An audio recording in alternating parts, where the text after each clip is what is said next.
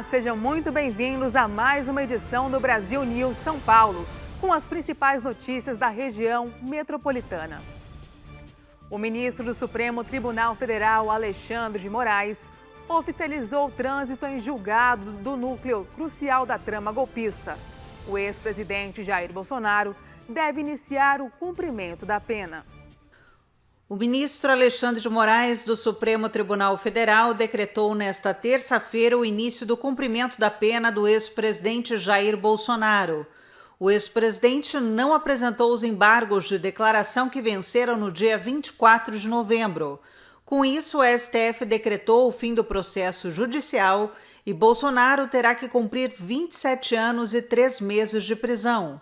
Em tese, as defesas ainda poderiam apresentar até o fim de semana os embargos infringentes. Esses sim teriam um poder maior de mudar a pena, sendo diferente dos embargos de declaração que não foram apresentados. Mas há um entendimento no Supremo que esses embargos só caberiam se os réus tivessem obtido 2 votos pela absolvição no julgamento do golpe. Porém, não foi o caso de Jair Bolsonaro e nem dos outros réus do núcleo crucial. Por isso, Moraes entendeu que não cabem os infringentes e declarou o trânsito em julgado antes do prazo final. O ex-presidente já está preso na Superintendência da Polícia Federal em Brasília, mas não por causa da condenação. Foi uma medida preventiva depois que ele tentou violar a tornozeleira eletrônica, usando um ferro de solda. Segundo a decisão de Moraes, o ex-presidente deverá permanecer no local. Jair Bolsonaro foi condenado por golpe de Estado, abolição violenta do Estado Democrático de Direito, organização criminosa, dano qualificado e deterioração de patrimônio. O ex-presidente Jair Bolsonaro recebeu visita dos 2 filhos na manhã desta terça-feira, após a autorização do ministro Alexandre de Moraes. Flávio Bolsonaro afirmou que o pai continua soluçando. Nesta terça-feira, Carlos Bolsonaro e Flávio Bolsonaro receberam permissão para entrar na Polícia Federal entre 9 e 11 da manhã, de forma individual, com duração máxima de 30 minutos cada visita. Nunca vi uma visita cronometrada, 30 minutos com meu pai agora, mas eu consegui deixar ali um abraço do filho para o pai que precisa nesse momento. O ex-presidente Jair Bolsonaro está preso preventivamente desde o último sábado, em Brasília. A ordem partiu do ministro Alexandre de Moraes, do Supremo Tribunal Federal, que apontou risco de fuga e descumprimento de medidas judiciais. Bolsonaro usava tornozeleira eletrônica e, segundo a decisão, houve violação do equipamento, o que indicaria tentativa de burlar o monitoramento. A Polícia Federal também registrou movimentações de apoiadores na porta da casa do ex-presidente, convocadas por familiares, o que aumentou a preocupação com possíveis ações para facilitar uma fuga. Flávio Bolsonaro também falou com a imprensa e reforçou a tese de confusão mental em função da ingestão de medicamentos. É totalmente impossível que ele tivesse qualquer chance de escapar, ainda que ele tivesse dado uma marretada naquela tornozeleira. E se ele quisesse fugir, ele não tinha ali tentado tirar a capinha, a tampinha da caixinha lá da tornozeleira, ele tinha metido a tesoura na tornozeleira, né? E foi realmente uma confusão mental que a ciência explica. O que aconteceu foi uma confusão mental por parte dele e eu acredito que tem sido isso mesmo. Ele ainda falou sobre o estado de saúde do pai. Ele teve crise de soluço de ontem para hoje. Durante a noite? Eu não sei qual foi o horário exato, né, mas parece que o policial federal, alguém que estava ali de plantão, deu a medicação para ele e conseguiu tirar, né, a crise de soluço dele que estava começando forte.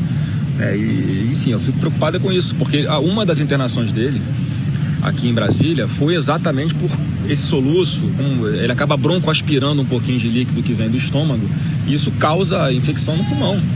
Essa é a preocupação, isso é uma coisa grave, isso é uma coisa que pode ser letal.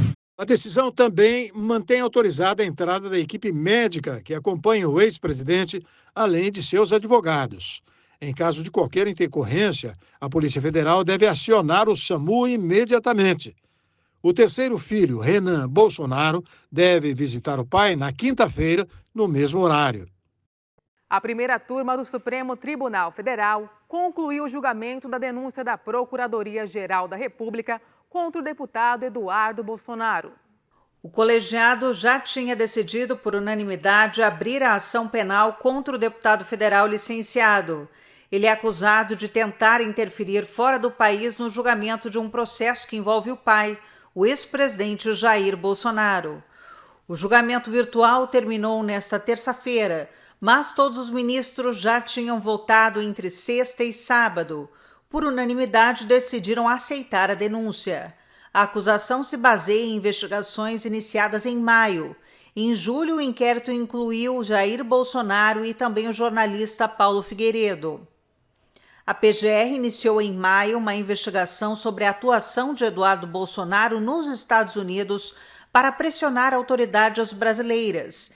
Em agosto, buscas atingiram Silas Malafaia e a PF apontou indícios de crimes. Em setembro, a PGR denunciou Eduardo Bolsonaro e Paulo Figueiredo, alegando que declarações do deputado tinham tom intimidatório e buscavam interferir no processo contra Jair Bolsonaro. O deputado licenciado pode recorrer da decisão no próprio STF por meio de embargos de declaração. Se a decisão for mantida, inicia-se um processo penal com coleta de provas e depoimentos. Após essa etapa, o caso é julgado.